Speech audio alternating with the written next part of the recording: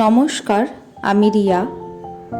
আমরা গ্যাংটক থেকে পেলিংয়ের উদ্দেশ্যে বেরিয়ে গেছি। আমরা এখন নামছি চারধাম গ্লাস ব্রিজের উদ্দেশ্যে যাচ্ছি। তিস্তার অবস্থা খুবই খারাপ। তিস্তার যে আমাদের যে নদী বাঁধ সেগুলো ভেঙে গেছিলো, রাস্তার অবস্থা খুব খারাপ ছিল, খুব শোচনীয় ছিল। কিছু কিছু রাস্তা খুব ভালো ছিল, কিন্তু নদী যেখান থেকে বইছে তার ওপরের যে ব্রিজগুলো সেগুলো অনেকগুলোই বিধ্বস্ত, খুব একটা ঠিকঠাক ছিল না। তিস্তার ওপর থেকে যে রাস্তাগুলো গেছে বা যেই পাশ দিয়ে যে পাহাড়ের রাস্তাগুলো গেছে সেখানে যাওয়ার সময় খুব ভয় লাগছিল, কারণ খুবই এবড়ো খেবড়ো, খুব ভয় করছিল। আর ঠাকুরকে ডাকছিলাম যে ভগবান আমাদের সবাইকে সাবধানে রাখো, আমাদের কেন, যারা ট্যুরিস্ট সবাই এসছে সবাইকেই সাবধানে পৌঁছে দাও।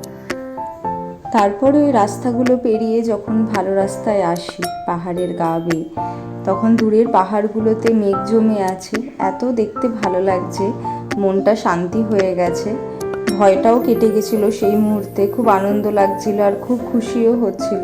আর পাহাড়গুলোতে দেখে এত মন ভালো লাগছে, আর কিছু ইচ্ছা করছে না, শুধু মনে হচ্ছে তাকিয়েই থাকি। কিন্তু গাড়ি সব জায়গায় দাঁড়াচ্ছে না, তাই আমরা গাড়ি থেকেই ভিডিওগুলো নিয়েছি, কিছু কিছু জায়গায় দাঁড়িয়েছে। এত ভালো লাগছে আর এত ঠান্ডা, এত মনোরম লাগছে। আর সত্যি পাহাড়ের যে সৌন্দর্য সেইটা বলে প্রকাশ করা যাবে না, মানে তার অনুভূতিই আলাদা।